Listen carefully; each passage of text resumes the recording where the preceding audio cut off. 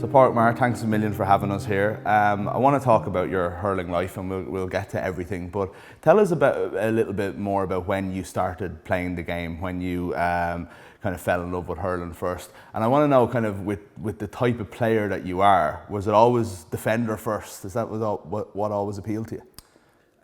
I suppose I started back in Dorlasog when I was 5 or 6 years of age.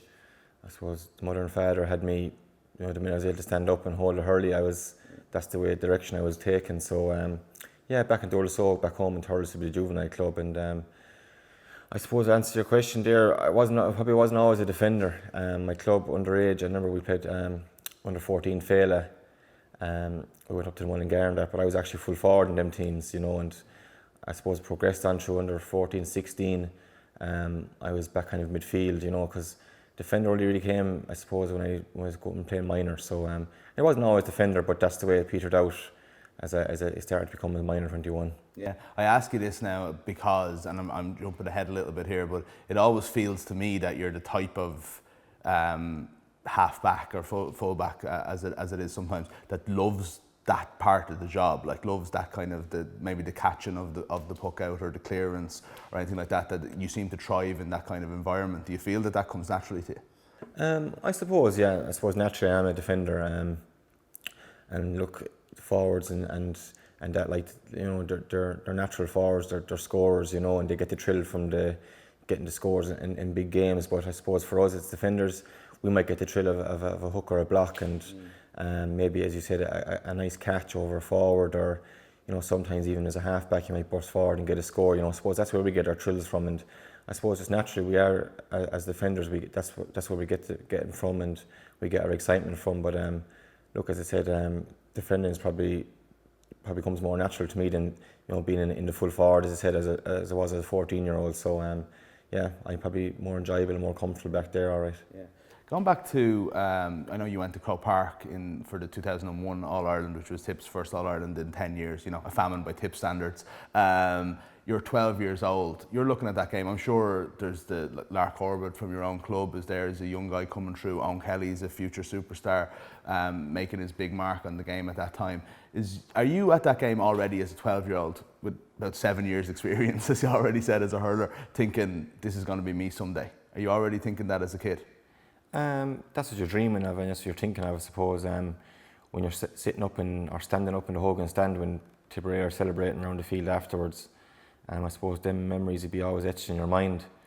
I think the same year, the Munster final below in Cork, I was lucky enough to play the primary game before the Munster final. Tipp played Limerick, so I suppose you get a bit of a taste for it then, and the atmosphere and the buzz that comes with big match days, So definitely 2001, the Galway game above in Croke Park when Tipp won, and I suppose seeing the likes of young Larry there, and also Eddie Enright was a club mate of mine, and he was playing midfield that day as well. So you always remember them, and I suppose they're the memories that stick in your mind that kind of drive you.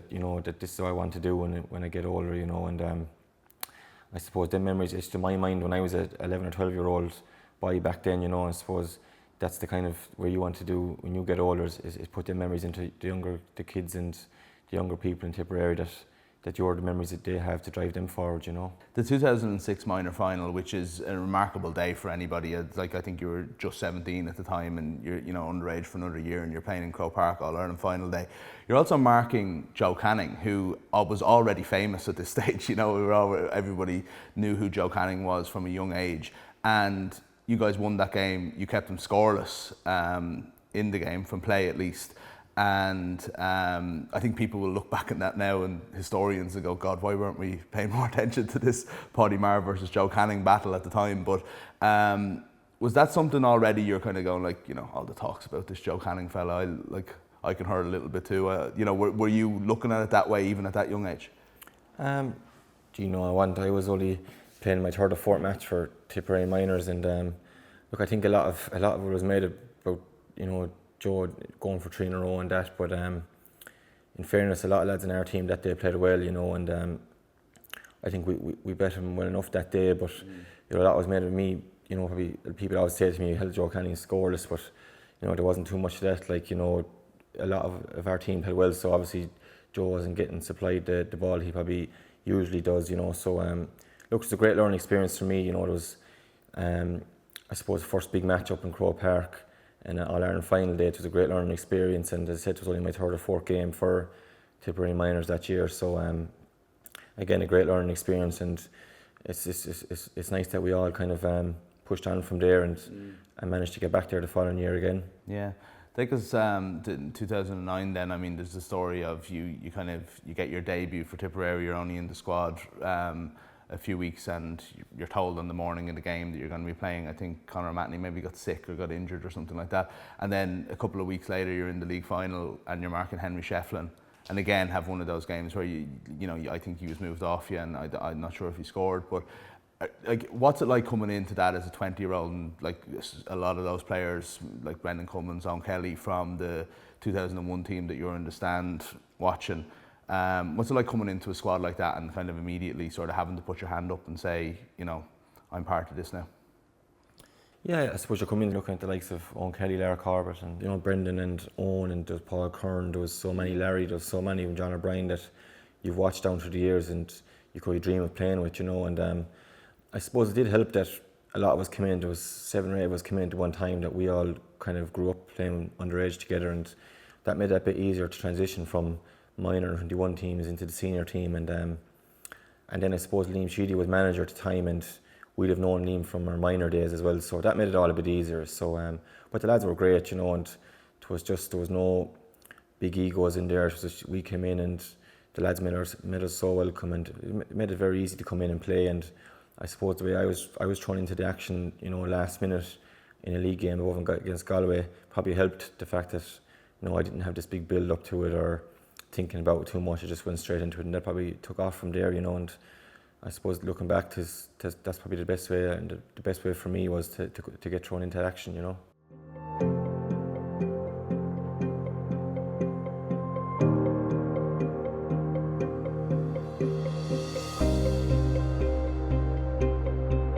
I don't want to go through game by game because we've talked about them all before, but I am always very interested in the 2009 final from a Tipp perspective, because again, it's your first All-Ireland final. It's a really big deal. You're marking Henry Shefflin again. He comes in and you almost picks you out. You get rid of him. You have a really good game. You win an All-Star in your first season playing for Tipperary. But you guys lose what's generally regarded as probably the best game, best All-Ireland final of all time. I was talking to Paudie Maher earlier on this year and asked him his favourite hurling memory with absolutely no prompting at all, and he talked about that game for 10 minutes the way Hall might, I always wonder, from your perspective in particular and from Tips in general, do you ever, even now with the benefit of hindsight and years of hurling and 2 All-Irelands under your belt, look back on that with any kind of enjoyment or pride or anything like that, or does the defeat completely ruin the experience for you? At the end of the day, I suppose my binding memory is we were beaten in the match, and I suppose going in, we felt we had a great chance. We were going well that year, and win the Munster final and moving on to the Limerick game, and we got through that. And I think we're just floating on the crest of a wave, and we duly expected we were going to nearly beat Kilkenny that day, and again, looked, as a great experience looking back.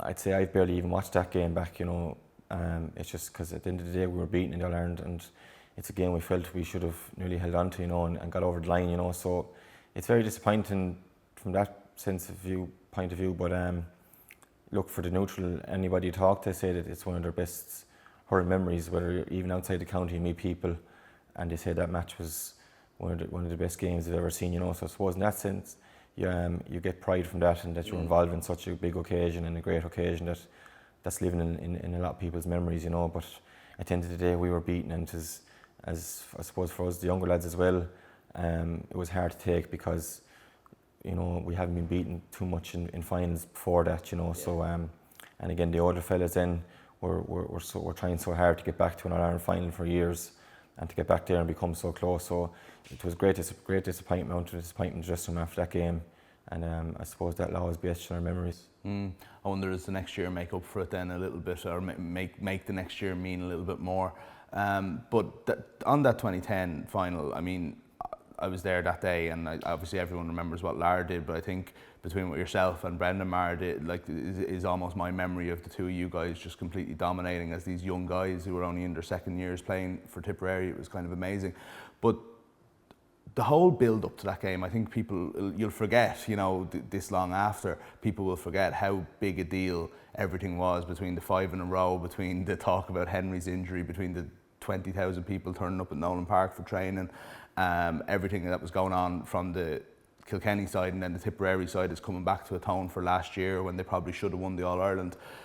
How much of that got through to you, and how much of it were you sealed off from in the build up to that final? Did it feel like this is bigger than life itself? I suppose lucky enough for us, and probably suited us in a way that we knew everything was about, all the talks about Kilkenny and what was going on down there for the weeks leading into the All-Ireland final, and Henry Shefflin's injury, and I suppose it took the limelight off us a bit. There was going into our final, both teams are being scrutinised, and people are, there's analysis in both teams, but a lot of it, from what I remember that week, weeks leading into it was a lot of talk about what was going on in Kilkenny. And I suppose it did suit us. It took the limelight, as I said, away from us, and it just let us concentrate on what we needed to do. And the one thing, I suppose, after 2009, we felt that we're good enough to get over this Kilkenny team on I don't know what occasion, but some occasion we can take them, and we just felt if we can bring our best performance, we were giving ourselves a good chance. And we didn't start that year well with the Cork game below. We got a fair hammering that day, so we slowly but surely got ourselves back into the championship, and I think we were peaking at the right time, and just on the day everything worked out for us, and we performed well as a team. Individually, lads performed well, and we needed every bit of it just to get over Kilkenny that day. Someday, and people forget that 6 days later, I think you're captain of the under-21 team that went on 5. You guys who started, as we talked about already, go and fairly hammer Galway in the under-21 final. That's some week, isn't it, or some couple of weeks? Yeah, it is. It's stuff you can't even dream of. The week after them, from leading to the senior final right into the final meet, was just a pure dream. Everywhere you go, people are in great form. The whole county is partying, but the Tuesday night we were back in training for the 21s, so we had to bring ourselves back down to earth fairly quickly. In fairness to the management team that year, they were very good for us, and brought us back in, seamlessly brought us back into the rest of the 21 team, and we worked away for the rest of the week and let the rest of the county go mad. And I suppose I'll never forget the night in Thurles, the following Saturday night against Galway. Everything just worked out perfectly for us. We got a great win, and the whole place was bouncing in great form, and just a week that I suppose made all the sacrifices as a young player, as a young person, all of us, it was worth it that week. It was great, and I suppose it kind of set us up. People had great expectations of us afterwards, and I suppose it brought a lot of pressure to us for the years to come after as well, though. Yeah. It's funny you say that, because that's often the talk about Tipperary teams, and not just your own, going back over generations, that you don't always follow up success in the way. But I was just looking at even the record last night. I mean, you got to the All-Ireland final the following year and lost to Kilkenny. The semi-final lost to Kilkenny in 2012 after winning the Munster Championship, Munster final so easily, and obviously didn't really turn up that day in the second half at least. 2013 lose a qualifier to Kilkenny, 2014 the All-Ireland final replay to Kilkenny. So there's a similar sequence to all these things. You were kind of coming up against probably the best hurling team of all time. Do you feel sometimes it's a little bit unfair that, given you're the only team as well since Kilkenny won the first All-Ireland under Cody, to beat them in 2 All-Ireland finals, it's not as if you've had no success against them. Do you feel that sometimes the storyline or the narrative about Tipperary not always fully achieving their potential is unjustified? Yeah, I think we've been fairly consistent over the years. We've always been getting back to Croke Park at our stage. Now we haven't always won, but we've always gotten away back. And even if we were beaten early in the championship, in the Munster Championship, we've been beaten by Limerick 2 years in a row. We fought our way back again. 2010 we fought our way back, you could say. But I suppose, look, people are always, they're always going to work off the year 2010 when you win a senior, and 21 the year, you're getting back to All-Ireland 2014, you're getting back to replay, running Kilkenny so close, you're winning in 16. People are always going to have that bar, they're always going to work off the levels we set each other. And if you're not hitting them levels anymore, then that's where the I suppose the criticism comes, or the people question you or analysing you.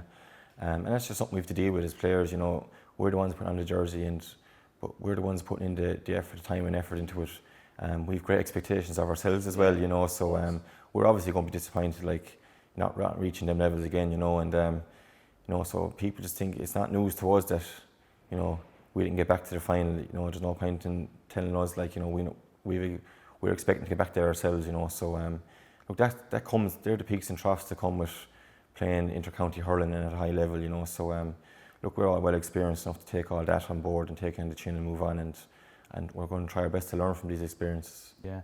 Before you won the 2016 All-Ireland, I used to always say to people that it's actually a huge credit to Tipp that people see the Kilkenny and Tipp rivalry as such an amazing sporting rivalry because of how one-sided it was outside of the 2010. So I think the record up until then was, if you include the 3 league finals up until that, is that they had won 7.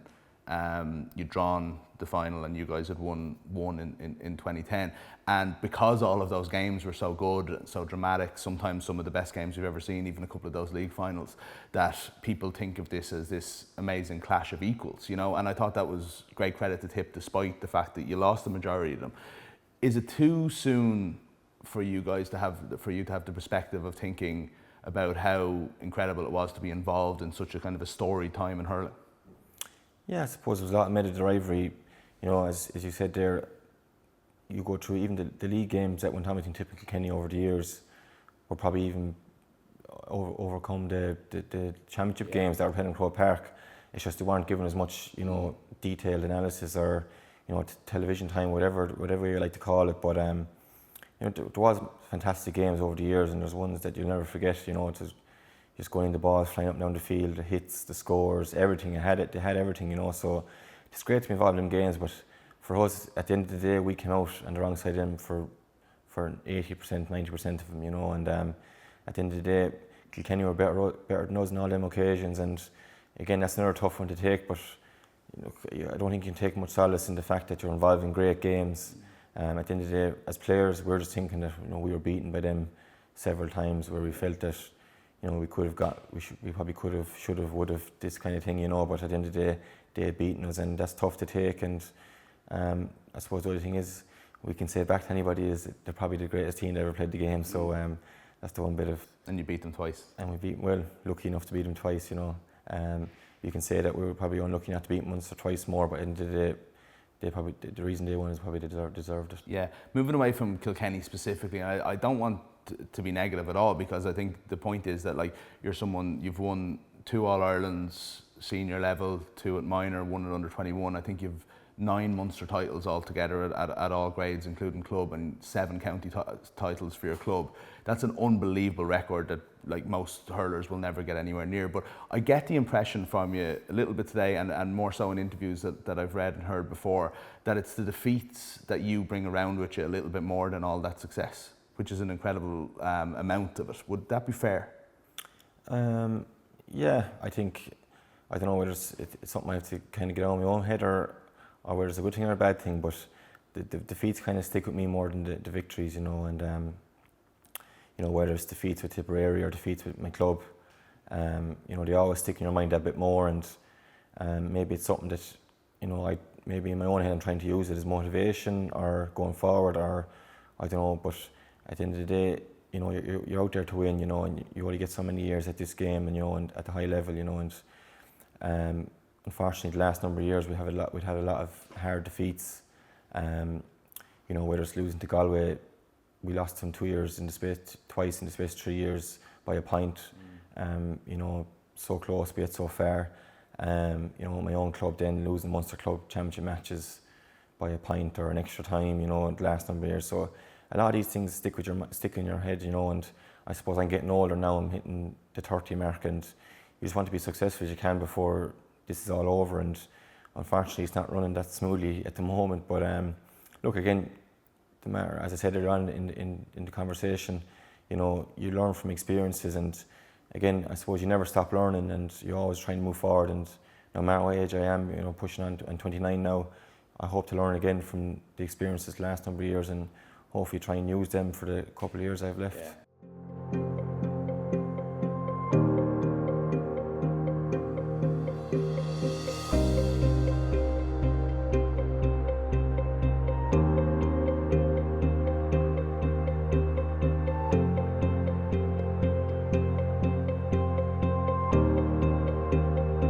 ask everybody this question. What is, it's not even so much your favourite because it could be defeat or victory, but what is the day that sticks out to you most in your career? I suppose off the top of my head, one of the actual games that stick out in my head is the year we won the Munster Club final with my club back in 2012. I suppose the reason was we were in new territory. We never done it before in the history of the club. We'd been beaten by a pint in the same final 2 years before that. So it was kind of new territory for everyone in the club, all of us as players and everyone involved in the club. So that kind of sticks out in my mind for me as a good day and a day that I'll never forget. Great, and the club is kind of your focus for the rest of the year. Obviously Tipperary have had, you mentioned there, it's like it was a little bit of a struggle this year with the new system, the 4 weeks in a row, everything like that, and it's unusual that you'd be kind of looking to the club so early in the year, but that might be something that, like, it might be a breath of fresh air. You're going for 5 in a row as well, so it's not exactly a small time thing to be going back to Sarsfields this early. Yeah, it has been very unusual year, I suppose. Being beaten so early, knocked out of the championship, being so early with Tipperary, and then we had this gap that we've, no games or anything like that in the middle of summer, like, where all the activity usually is happening. So it's unusual, but I suppose for us that have been around a while, it's nice to get a break, I suppose, in a way, and then eventually get back to the club and get a bit of training with the lads, and I suppose back into the groove of it again. And we've the club championship now to look forward to, and them games are going to come thick and fast, and again, there's plenty to play for there. The club championship at home is getting more competitive every year.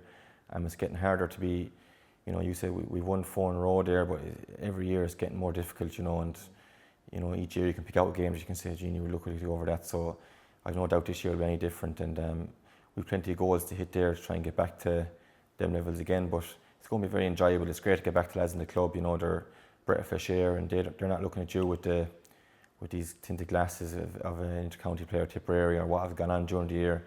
They're just talking to you and training with you and speaking with you as the player. They know that, just the thoroughest fella, and one of our own. So it's great, and it's easy going, and it's very enjoyable to go back to the club. And no matter whether we win or lose at Tipperary, it's always nice to get back to them and just get back to the basic, I suppose, of being with your friends and enjoying hurling. Yeah, you mentioned earlier on, we were talking about how enjoyable things were when you were a 21-year-old, and that sometimes the weight of the expectation and the responsibilities can weigh that down. As you look towards the club championship to come, towards the 2019 championship with Tipperary, and kind of maybe the last few years of your intercounty career, do you still look at it with relish? Is it still something that you look forward to doing, that you want to get out onto the pitch, and that something that you want to enjoy for as long as you can still do it?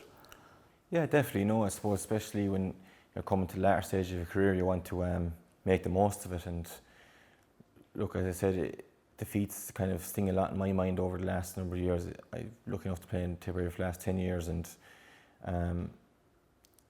don't get me wrong, the few victories we've had and the great days we've had are definitely days I'm proud of and proud upon the jersey. But I suppose it's trying to rectify the days of the defeats, and I suppose finish up with good memories and give the people of Tipperary what they want and success, and have the younger lads. And as I said, going back to 2001, when I looked at the Tipperary team, that I can finish up my career proud, that I can say that, I hopefully the younger lads in Tipperary can look up to me and say they're the days that they want to be involved in as players, and help them progress and make their interest in the game at home grow more and more.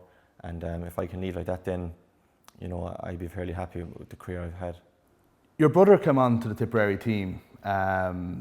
He's, I think, 7 years younger than you, so it was a good few years. I think for the 2014 championship, he was in and around, and obviously you win All-Ireland together in 2016, and the 2016 final is something that we haven't really thought about. You're playing alongside him in a half-back line. What does that mean for you? Like, that must be just something that's just an incredible moment. You talk about growing up, trying to win All-Ireland with Tipperary, you're hoping to be part of that, but to do it alongside your brother must be just phenomenal. Yes, honestly, it's not something we thought about throughout that year, because we played a few years before that with the club beside each other. We're usually playing around the same position, so it's nothing that we really focused on or anything. I suppose it really kind of just hit home when the final whistle went in 2016, and we were there. We met our mother and our father, and I suppose that's when it really hit home that, I think there's we have a picture at home, someone took the picture, and it was a sports file or someone of the two of us with our mother, and the side of the field, and I suppose that's when it kind of really hit home. They said, that was actually nice that, the two of us were together and we won. And I suppose that's something we can be proud of when we look back on our careers, and hopefully we can, before I finish anyway, we can get 1 or 2 more days that we can have pictures like that again. Something more for the future than for now. Yeah, exactly, yeah. Well, Paudie Maher, it's been an amazing career already, and there's lots more to come. Thanks a million for having us. All right, thanks, mate. Cheers. Cheers. Thanks.